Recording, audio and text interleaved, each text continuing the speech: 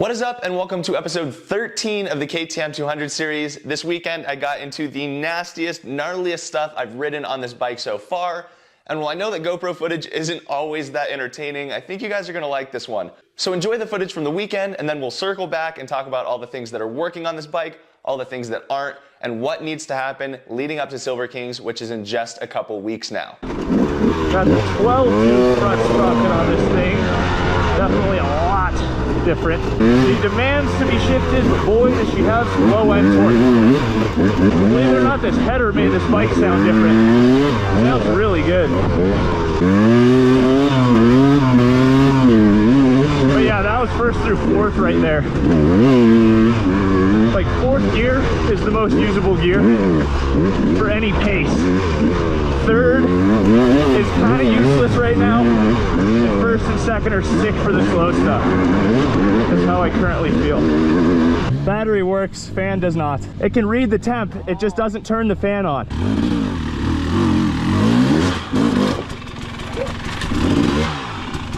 Nice, you almost had it. Not really. You did.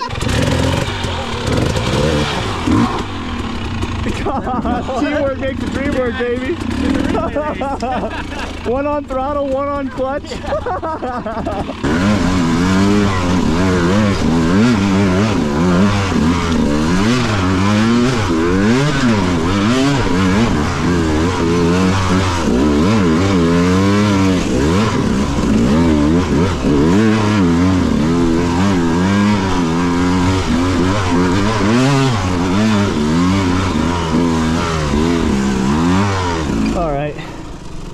Yeah, the 12's sick for the slow stuff, but I need a functional fan.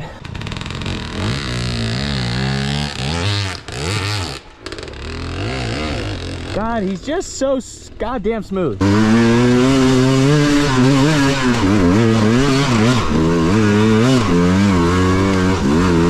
made it! I've never got that one before today. Woohoo!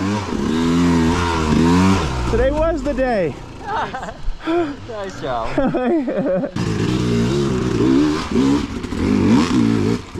Oh! Scary! Dude, that was sick. Yeah, buddy, clean. Woo! Oh, that's a big one, Nathan. I like logs. Woohoo! Oh!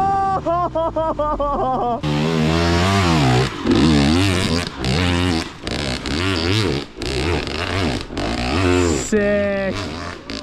So sick.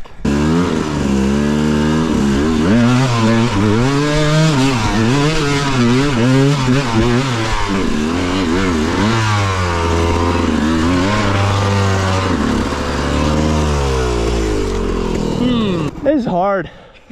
Very hard. Hey, at least you're not the only one to fix that. Nice custom fender bend you got there. Oh, yeah.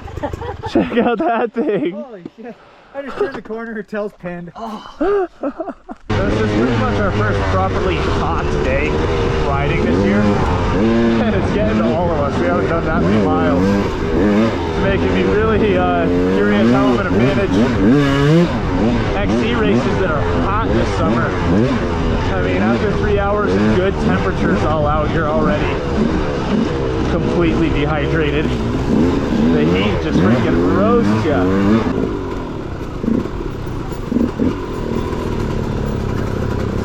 Imagine if Mother Nature decided now was a good time to let this rock go. Oh my god, this is cool. Yeah, this is nasty. You're only on your foot peg. There you go. Now you're either on your swing arm or your wheel, I'm not sure.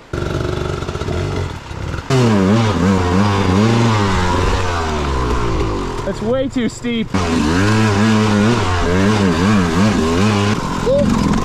I'm not holding the bike. I got it. That is gnarly, dude. There's a ledge right here you can stand on, that's pretty good.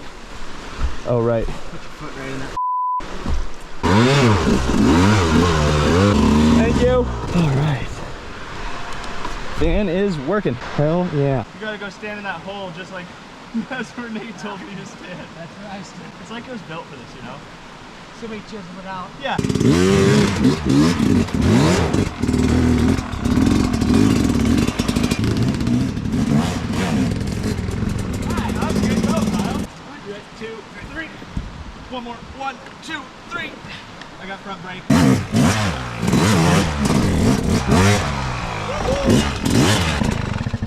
Oh my god. All right. My pants. That Somebody section made it up definitely. that.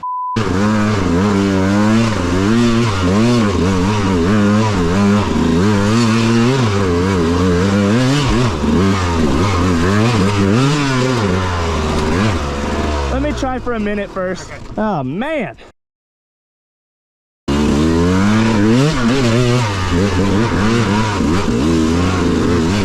Oh my god. So slick. Yeah.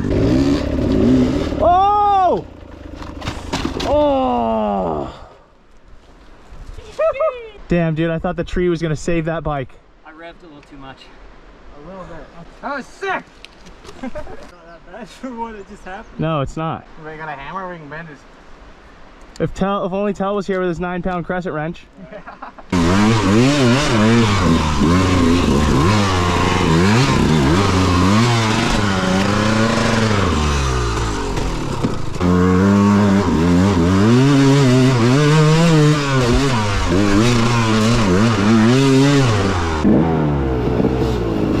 Oh! This ledge looks gnarly, dude. Yeah. Wait, where the are you? I hear Steph's voice, but I don't see him. I'm like, this ledge is gnarly. He's just like, yeah. God's up there. All right.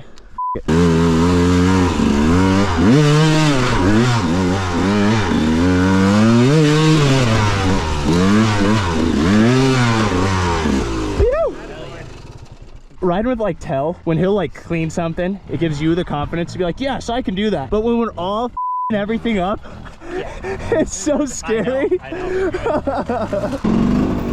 Oh my god, dude. This is kind of gnarly. Yeah. Woo! Holy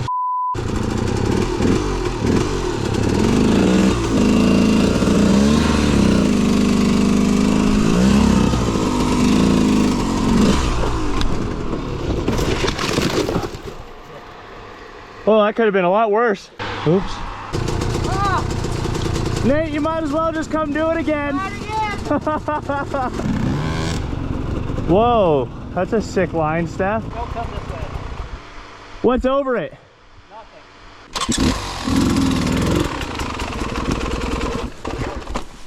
Hell yeah, boys. Damn, that's steep. Yeah. Holy cow.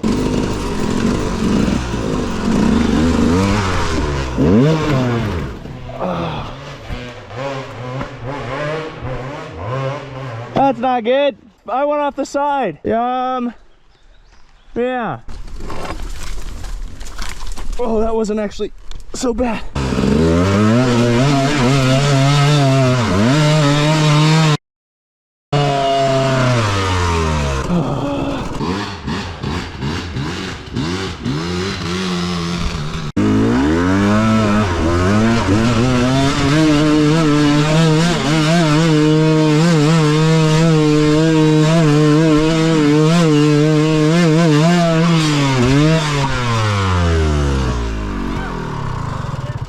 I'll try that again too. I feel like I can do that. Mother, you're clear if you want to give it a go.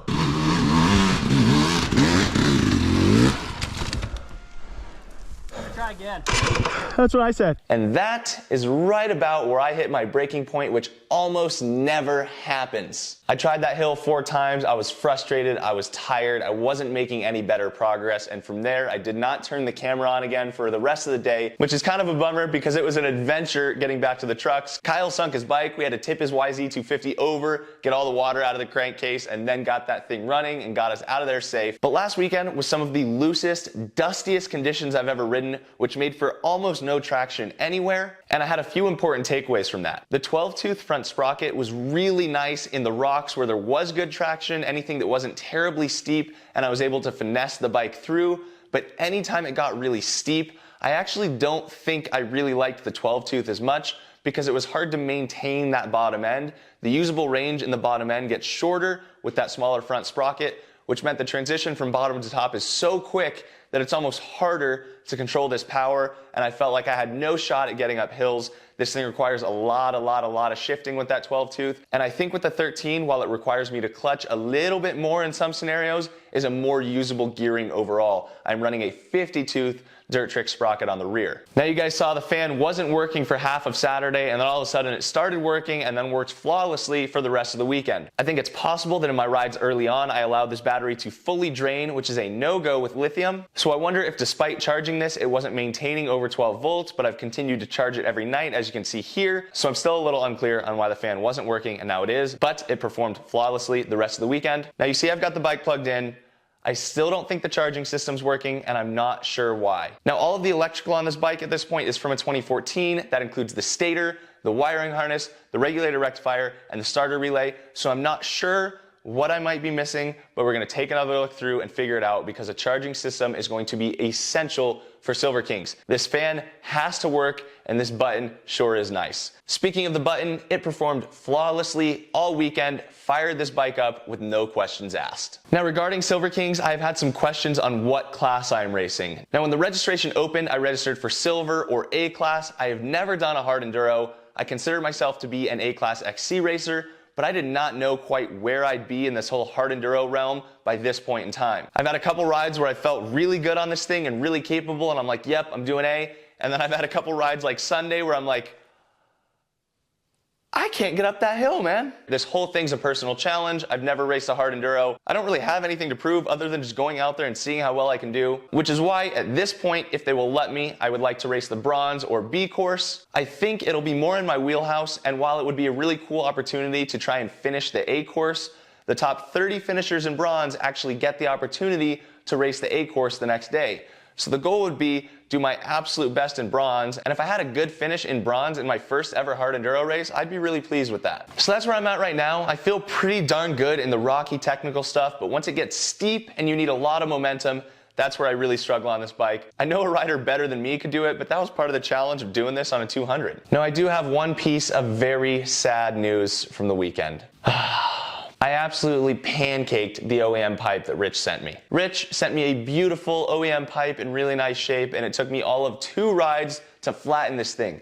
This is actually the first time in my whole life I've flattened a 2-stroke pipe. I'm really bummed about this one, especially since Rich just sent it to me. So Rich, if you're watching, I am so sorry. I can't beat myself up too bad. It's a 2-stroke, I'm riding hard enduro, these things happen, but damn. So I am going to do my absolute best to see if I can restore this thing to its appropriate shape, but it's gonna be a tricky one. Now it's really easy to sit here and talk about all the things that are damaged or need work, but on the positive side of things, this bike's performing really well. This wheel set from Urmosi has been awesome. It's taking a beating. And these Urmosi bar clamps really do take away the vibration you would otherwise be feeling in your hands. This 2023 front brake has been awesome. The suspension feels good. Now all of the single track in the mountains around here opens up next Monday, which will be great. That opens up a couple more hard enduro trails that are actually close to town, which will allow me to go do some training on weeknights, as the next 2 weekends are cross-country races on my 350. So the rest of June is jam-packed with training and racing. So that is where we're at. I rarely just stand in front of the camera and talk for this long, but with Silver Kings approaching quickly, I figured it was time to give a more broad overview and update on where we're at with the bike, where I'm at with my comfort level and skill, and the plan moving forward. So next steps, dive into this thing, get these last couple issues resolved, and it'll be time for Silver Kings before we know it. I will see you guys in the next one, and thanks a lot for following along with this series.